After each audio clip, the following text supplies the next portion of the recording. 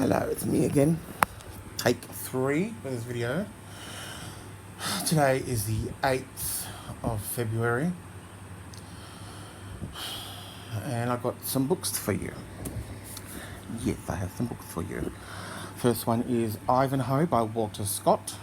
Sir Walter Scott, look at that picture, isn't that stunning? Set in the reign of Richard I, Coeur de Lion, Ivanhoe is packed with memorable incidents, sieges, ambushes, and combats, and equally memorable characters: Cedric of Rutherwood, the die-hard Saxon, his ward Rowena, the fierce Templar knight Sir Brian de Bois-Guilbert, the Jew Isaac of York and his beautiful spirited daughter Rebecca, and Wamba and Gurth, jester and swineherd respectively. Scott explores the conflicts between the crown and the powerful barons, between the Norman overlords and conquered Saxons, and between Richard and his scheming brother Prince John. At the same time, he brings into the novel the legendary Robin Hood and his band, and creates a brilliant, colourful account of the age of chivalry with all his elaborate rituals and costumes and his values of honour and personal glory. Please excuse my rushed tone. This is the third attempt at this video I've had to do this afternoon. I don't want to have to do another one, so I do apologise if my tone is a bit rushed. Please forgive me, I'm sorry. So, that's Ivanhoe by Sir Walter Scott. Nice picture. The second one I have to show you is Tess of the D'Urbervilles by Thomas Hardy. Look at that picture, isn't that nice? That just conjures up something nice, doesn't it? That picture. Nice homeliness. Living in the country with chickens and a vegetable garden and hanging out the washing on the line and everything. Nice picture. Anyway. Tess of the D'Urbervilles by Thomas Hardy. Set in Hardy's Wessex, Tess of the D'Urbervilles is a moving novel of hypocrisy and double standards. Its challenging subtitle, A Pure Woman, infuriated critics when the book was first published in 1891, and it was condemned as immoral and pessimistic. It tells the story of Tess Derbyfield, the daughter of a poor and dissipated villager who learns that she may be descended from the ancient family of D'Urberville.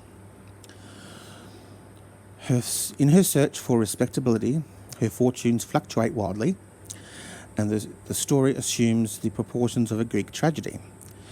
It explores Tess's relationships with two very different men, her struggles against the social mores of the rural Victorian world which she inhabits, and the hypocrisy of the age. In addressing the double standards of the time, Hardy's masterly evocation of a world which we have lost provides one of the most compelling stories of the canon of English literature, whose appeal today defies the judgment of Hardy's contemporary critics. So it's Tess of the D'Urbervilles by Thomas Hardy. Now, this third novel, which I have to show you, when it was first written and published many decades ago, was somewhat controversial in nature. And I suppose that controversy, has remained to this day. And I suppose some people might ask, why does this novel exist? Now, keep in mind that it is a novel. It is not not in addition to any sacred text at all. It is merely a novel. Okay? And it is what it is. So it is called The Last Temptation of Christ by Nikos Kazantzakis.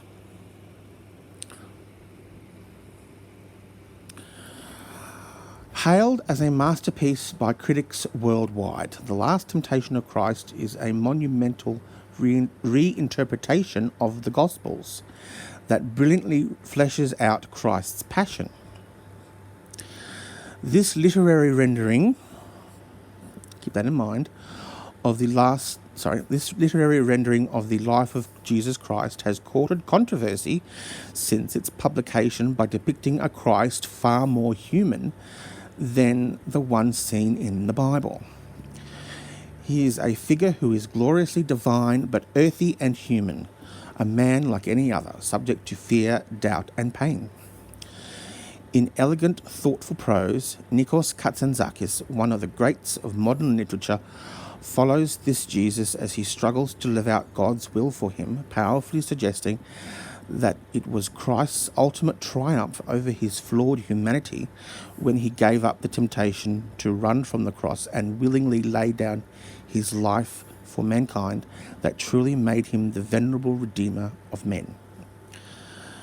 And the San Francisco Chronicle review of this novel describes it as a spiritual dynamite, and Time magazine described this as a searing, soaring, shocking novel. So, The Last Temptation of Christ by Nikos Kazantzakis. Something to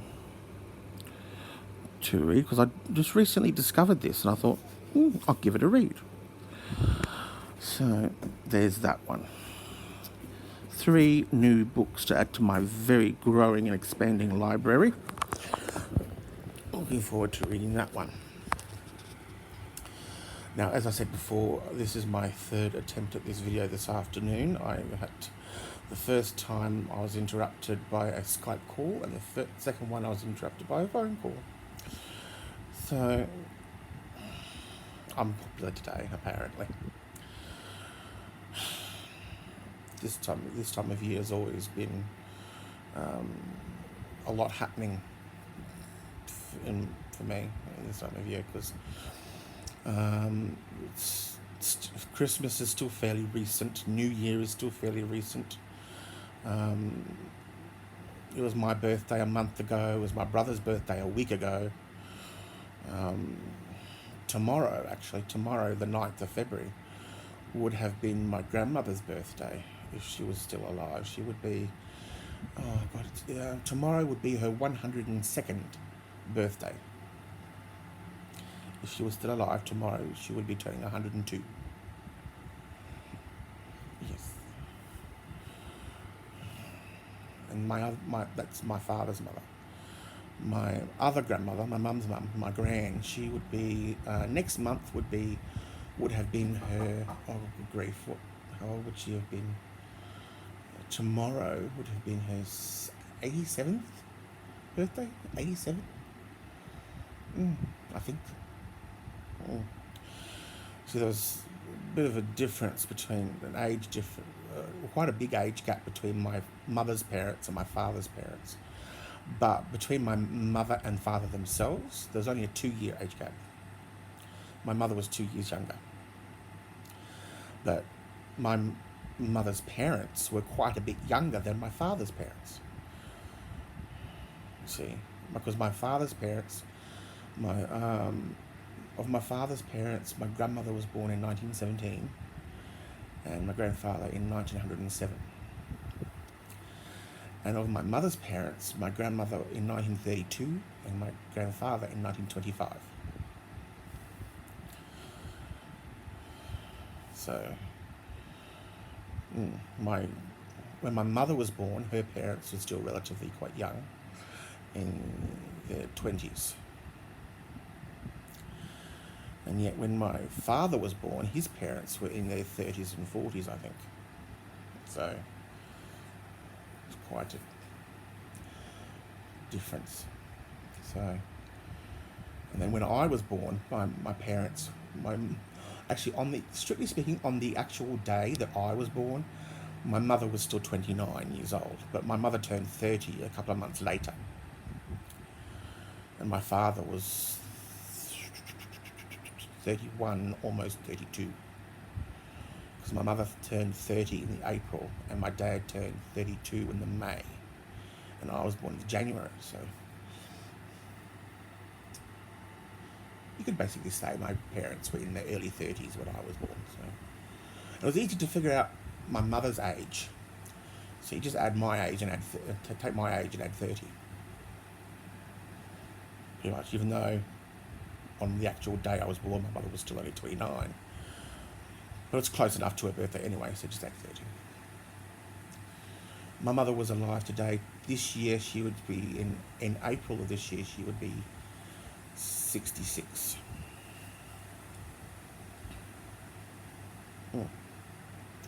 That should tell you how old I am. Take that and minus 30 and that's how old I am. But, yeah. My brother is now 35. My sister this year in September will be, I won't tell you how old. We'll put it this way, my sister now is in her 40s. I won't tell you exactly how old she is, but yeah. So, yeah, it's interesting. And I miss my mum still. I really miss my mum.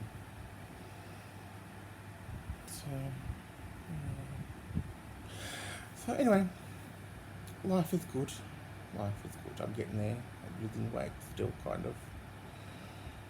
Even though I don't look it, but I am.